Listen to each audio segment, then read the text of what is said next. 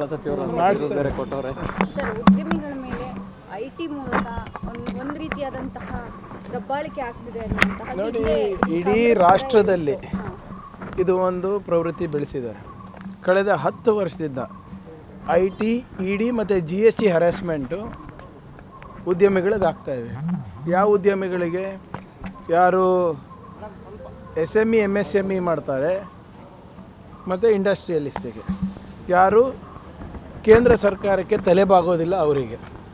ಸಾಕಷ್ಟು ಉದಾಹರಣೆಗಳನ್ನು ನಾವು ನೋಡಿದ್ದೀವಿ. ಈಗ ಇದು 2ನೇದು 3ನೇ ಪ್ರಕರಣ ನಮ್ಮ ರಾಜ್ಯದಲ್ಲಿ ನಡೀತಾ ಇರೋದು. ನೀವು ಯಾರಿಗೆ ಖಾಸಗಿಯಾಗಿ ಮಾತಾಡಿ ಉದ್ಯಮಿಗಳಿಗೆ ಇದು ಹ್ಯಾರಾಸ್ಮೆಂಟ್ ಇದೆ.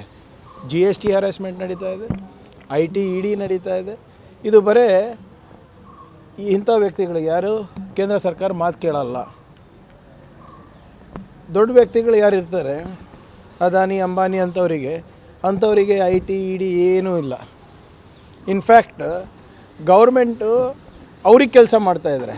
ಅವ್ರು ಆಳ್ಮಕ್ಕಳಾಗಿ ಸರ್ಕಾರದವ್ರು ದುಡಿತಾ ಇದ್ದಾರೆ. ಯಾವ ರೀತಿ ಅವರಿಗೆ ಹೊಸ ಬಿಸ್ನೆಸ್ ತರಬೇಕು, ಹೇಗೆ ಅವರಿಗೆ ಬಂಡವಾಳದ ಅವಕಾಶ ಹೆಚ್ಚು ಮಾಡಿಕೊಡ್ಬೇಕು, ಹೇಗೆ ನೀತಿಗಳನ್ನು ಯೋಜನೆಗಳನ್ನು ಅವ್ರ ಪರವಾಗಿ ಮಾಡಬೇಕಾಗಿರೋದೇ ನಡೆದಿರೋದೆ ಹೊರತು ಬೇರೆ ಯಾರಿಗೂ ಈ ಕೇಂದ್ರ ಸರ್ಕಾರ ಇಲ್ಲ. ಇದು ಬರೀ ಕೆಲವು ಬಂಡವಾಳಶಾಹಿಗಳಿಗೆ ಮಾತ್ರ ಇರೋದು. ಕೆಲವೊಂದು ಕಡೆ IT ಅಧಿಕಾರಿಗಳು ಇದ್ದಂತಹ ಸಮಯದಲ್ಲಿ ಅವರು ಗುಂಡಾರಿಸ್ಕೊಂಡು ಆತ್ಮಹತ್ಯೆ ಮಾಡ್ಕೊತಾರೆ ಅಂತ. ಅದೇ ಹ್ಯಾರಾಸ್ಮೆಂಟ್ ಎಷ್ಟಾಗಿರ್ಬೋದು ನೋಡಿ. ಆ್ಯಂಡ್ ಇಡೀ ಸಾಮಾನ್ಯ ಜನರಿಗೂ ನೋಡಿ ಸರ್, ನೀವು ಎಲ್ಲರೂ ಹೇಳ್ತಾರೆ ಡಿಜಿಟಲ್ ಇಂಡಿಯಾನಲ್ಲಿ ಅದು ಆಗಿದೆ ಇದು ಆಗಿದೆ ಅಂದ್ಬಿಟ್ಟು. ನೀವು ಯಾವುದೇ ಸಾಮಾನ್ಯ ವ್ಯಕ್ತಿಗೂ ಮಾತಾಡ್ಕೊಂಡು ಕೇಳ್ಕೊಂಡ್ರೂ ಕೂಡ IT ರಿಯಂಬರ್ಸ್ಮೆಂಟ್ಸ್ ಬಗ್ಗೆ ಇರ್ಬೋದು ಅಥವಾ ನಿಮ್ಮ GST ಬಗ್ಗೆ ಇರ್ಬೋದು, ಎಷ್ಟು ಹ್ಯಾರಾಸ್ಮೆಂಟ್ ನಡೆದಿದೆ ತಾವು ಸಾಮಾನ್ಯ ಜನರ ಹತ್ರ ನೀವು ಒಂದು ಸರ್ವೇನೇ ಮಾಡಿಬಿಡಿ, ಹೋಗಿ ಒಂದು ಸಮೀಕ್ಷೆ ಮಾಡಿದಾಗ ನಿಮಗೆ ಗೊತ್ತಾಗುತ್ತೆ. ಆದ್ದರಿಂದ ಇದು ಕೇಂದ್ರ ಸರ್ಕಾರದ ಇದು ಹೊಸ ಆಯುಧ ಇದೆ ಶ್ರೀಸಾಮಾನ್ಯನಿಗೆ ತೊಂದರೆ ಕೊಡಲಿಕ್ಕೆ. ಇದು ಅದೇ ಆ್ಯಂಗಲ್ನಲ್ಲೇ ನೋಡ್ತಿದ್ದೀರಾ ನೋಡಿ, ಇದು ನಾವು ಹೇಳೋದಲ್ಲ, ಕುಟುಂಬದವರೇ ಹೇಳಿದಾರಲ್ಲ. ನಾನು ಹೇಳಿದರೆ ರಾಜಕೀಯ ಅಂತ ಹೇಳ್ಬೋದು ತಾವು. ಆದರೆ when their own family member is saying so, ಏನು ಹೇಳಬೇಕು ಇದಕ್ಕೆ? ಹಿಂದೆ ಇಲ್ಲಿ ಒಂದು ಘಟನೆನೂ ನಡೆದಿದೆ ಅಲ್ಲ, ಅದರದ್ದು ಯಾರೂ ಬಿಚ್ಚಿ ಹೇಳೋಕ್ಕಾಗೋದಿಲ್ಲ. ಬಟ್ ಅದೂ ಹಾಗೇ ಆಗಿದೆ ಅಂತ ಎಲ್ಲರದ್ದು ಅನುಮಾನ ಇದೆ. ಬ್ರದರ್ ಹೇಳಿದ್ದಾರೆ ಸರ್, ಆದರೆ ದೂರಿನಲ್ಲಿ ಆ ಥರದ್ದೇನು ಉಲ್ಲೇಖ ಆಗಿಲ್ಲ ಅನ್ನೋ ವಿಚಾರದ. ಈಗ ದೂರು ಕೊಟ್ಟಾಗ ಅದನ್ನು ಉಲ್ಲೇಖ ಮಾಡಿಲ್ಲ IT ಆಫೀಸರ್ಸ್ ಅಂತ. ಇಲ್ಲ, IT ಆಫೀಸರ್ಸಿಗೆ ಕಂಪ್ಲೇಂಟ್ ಕೊಡ್ತಾರೆ. ಈಗೇನು ತನಿಖೆ ಆಗಲಿ. ಈಗ ರಾಯ್ ಅವರು ಕೆಳಮಟ್ಟದಿಂದ ಬೆಳ್ಕೊಂಡು ಬಂದಂಥ ವ್ಯಕ್ತಿ. ಅಂಥ ಏನು ಡೆಸ್ಪರೇಷನ್ ಇತ್ತು ಅಥವಾ ಅಂಥದ್ದೇನು ಹತಾಶರಾಗಿದ್ದರು ಯಾವುದಕ್ಕೆ, ಅಥವಾ ಅಂಥದ್ದೇನು ಮನಸ್ಸಿಗೆ ನೊಂದ್ಕೊಂಡಿದ್ರು?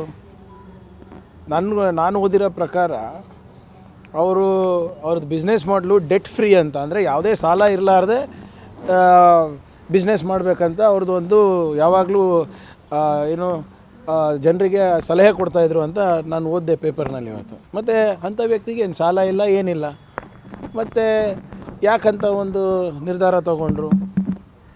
ಏನು ಸಾಂಸಾರಿಕ ಸಮಸ್ಯೆನೂ ಇಲ್ಲ ಅಂತ ಹೇಳ್ತಾರೆ. ಮತ್ತು ಅವ್ರದ್ದೇ ಕುಟುಂಬದವರು IT, ED ಅಂದಾಗ ಏನಿದೆ ತನಿಖೆನಲ್ಲಿ ಹೊರಗೆ ಬರಲಿ. But this is going on through out the country.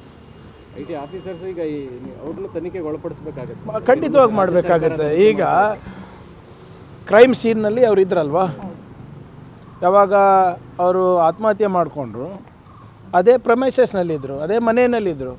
ಯಾರ್ಯಾರು ಇರ್ತಾರೆ ಎಲ್ಲರಿಗೂ ತನಿಖೆಗೆ ಒಳಪಡಿಸ್ಬೇಕಾಗ್ತದೆ. ಅದು ಅವ್ರ ಕಚೇರಿದವ್ರು ಇರ್ಬೋದು, IT ಕಚೇರಿದವ್ರು ಇರ್ಬೋದು, ಖಾಸಗಿ ಕಚೇರಿದವ್ರು ಇರ್ಬೋದು. ಸರ್, ಕೇಂದ್ರ ಬಜೆಟ್ ಪ್ರತಿ ವರ್ಷ ನಿರೀಕ್ಷೆ ಮಾಡ್ತೀರಾ ಅನ್ಕೊಂಡಿದ್ದೀರಾ? ಇಲ್ಲ ನೋಡಿ, ನಾನಂತೂ ನಿರೀಕ್ಷೆಗಳು ನಂದು ಶೂನ್ಯ. ಕೇಂದ್ರ ಸರ್ಕಾರದಿಂದ 12 ವರ್ಷ ಆಯಿತು. ಕರ್ನಾಟಕಕ್ಕೆ ಏನು ಕೊಟ್ಟಿದ್ದಾರೆ ಹೇಳಿ? ಅಥವಾ ಏನು ಘೋಷಣೆ ಮಾಡಿದ್ದಾರೆ ಅದು ಅನುಷ್ಠಾನಕ್ಕೆ ಆಗಿದೆಯಾ ಹೇಳಿ? ನಿರ್ಮಲಾ ಸೀತಾರಾಮನ್ ಅವರು 2 ಸರಿ ಇಲ್ಲಿಂದನೇ ಆರಿಸಿ ಹೋಗಿರೋದು. ಅಟ್ಲೀಸ್ಟ್ ಕನ್ನಡಿಗರ ಒಂದು ಸ್ವಲ್ಪ ಮಟ್ಟಿಗೆ ಋಣ ತೀರಿಸ್ಬೋದಾ ಇಲ್ಲ ಅಂತ ಯೋಚನೆ ಮಾಡಿಬಿಟ್ಟು ಏನಾದರೂ ಮಾಡಿದಾರ ವಿಶೇಷವಾಗಿ ನಮಗೆ ಹೇಳಿ? ಈಗ ನಾವು ಯಾವ ಸ್ಥಿತಿಗೆ ಬಂದುಬಿಟ್ಟಿದ್ದೀವಿ ಅಂದರೆ ಕರ್ನಾಟಕದವ್ರು ನಾವು ಅವ್ರದ್ದೇನು ಸಾಲವನ್ನು ನಾವು ಕೊಟ್ಟಿದ್ದೀವಿ ಅದು ತೀರಿಸಿದ್ರೆ ಸಾಕಾಗಿದೆ. ನಮ್ಮ GST ಪಾಲು ಬಂದರೆ ಸಾಕಾಗಿದೆ ನಮಗೆ. ನಾವೇನು JJMನಲ್ಲಿ 15,000 ಕೋಟಿ ರೂಪಾಯಿ ಹಣ ಕೊಟ್ಟಿದ್ದೀವಿ, ಅದು ಬಂದರೆ ಸಾಕಾಗಿದೆ. 2,500 ಕೋಟಿ ರೂಪಾಯಿ ಏನು 15 ಫೈನಾನ್ಸು ನಮ್ಮ ಪಂಚಾಯತದ್ದು ಬಂದರೆ ಸಾಕಾಗಿದೆ. ನಾವೇನು ತೆರಿಗೆ ಕೊಡ್ತಾಯಿದ್ದೀವಿ ಅದ್ರ ಪಾಲು ಬಂದರೆ ಸಾಕಾಗಿದೆ ನಮಗೆ. ನಂದಂತೂ ಈ ಮೋದಿ ಸರ್ಕಾರದಿಂದ ಇರ್ಬೋದು, ಕೇಂದ್ರ ಸರ್ಕಾರದಿಂದ ಇರ್ಬೋದು, ಈ ಬಜೆಟಿಂದ ಇರ್ಬೋದು ಶೂನ್ಯ ನಿರೀಕ್ಷೆ ಇದೆ. ನಮ್ಮ ಪಾಲು ನಮ್ಮ ಕೊಡಿ ಸ್ವಾಮಿ, ನಾವು ದೇಶನೂ ಕಟ್ತೀವಿ, ರಾಜ್ಯನೂ ಕಟ್ತೀವಿ. ಸರಿ, ಲೋಕಾಯುಕ್ತ ಟ್ರ್ಯಾಪ್ಗಳು ಪೊಲೀಸ್ ಆಫೀಸರ್ಸ್ ಒಳಗಾಗ್ತಾ ಇರೋದು ಸರ್ಕಾರಕ್ಕೂ ಒಂದು ರೀತಿ ಮುಜುಗರ ಅಲ್ಲ ಇದು? ನೋಡಿ ಯಾರು ಭ್ರಷ್ಟರು, ಯಾರು ಉಪ್ಪು ತಿಂದಿದ್ದಾರೆ ಅವ್ರು ನೀರು ಕುಡಿಲೇಬೇಕಾ? ಈಗ ಲೋಕಾಯುಕ್ತ ಟ್ರ್ಯಾಪ್ ಮಾಡೋದು ತಪ್ಪಂತ ಯಾಕೆ ಹೇಳಬೇಕು? ನಾವು ತಿದ್ಕೋಬೇಕಲ್ವಾ? ನಾನು ಕ್ಲೀನ್ ಇದ್ದರೆ, ನಾನು ಶುದ್ಧನಾಗಿದ್ದರೆ ನನಗೆ ಅದಕ್ಕೆ ಹೆದರಿಕೆ ಇರಬೇಕು. ನಾನು ಪ್ರಾಮಾಣಿಕ ಇದ್ದರೆ ನಾನು ಯಾರು ಲೋಕಾಯುಕ್ತಕ್ಕೂ ಹೆದರೋದು ಬೇಡ, ಸರ್ಕಾರಕ್ಕೂ ಹೆದರೋದು ಬೇಡ. ನೀವು ಪ್ರಾಮಾಣಿಕರಿಲ್ಲ ಅಂದ್ರೇ ಇದು ಟ್ರ್ಯಾಪ್ ಆಗ್ತದೆ, ಅದು ಆಗ್ತದೆ, ಇದು ಆಗ್ತದೆ. ಇದು ಮಾಡೋ ತಪ್ಪು ಅಂತ ನಾವು ಹೆಂಗೆ ಹೇಳೋಕ್ಕಾಗ್ತದೆ? ನಮಗೆ ಜನರು ಆಯ್ಕೆ ಮಾಡಿರೋದು ಒಂದು ಭ್ರಷ್ಟಾಚಾರ ಮುಕ್ತ ಆಡಳಿತ ಕೊಡಲಿಕ್ಕೆ. ಅದಕ್ಕೆ ನಾವು ಬದ್ಧರಾಗಿದ್ದೇವೆ. ಯಾರು ಕೂಡ ಟ್ರ್ಯಾಪ್ ಆಗಿರ್ಬೋದು ಅಥವಾ ಹಿಂಗೆ ಭ್ರಷ್ಟಾಚಾರದಲ್ಲಿ ತೊಡಗಿರ್ಬೋದು, ಅವ್ರು ನಮ್ಮ ಸರ್ಕಾರ ಝೀರೋ ಟಾಲರೆನ್ಸ್ ಇದೆ ಅದಕ್ಕೆ. Thank you.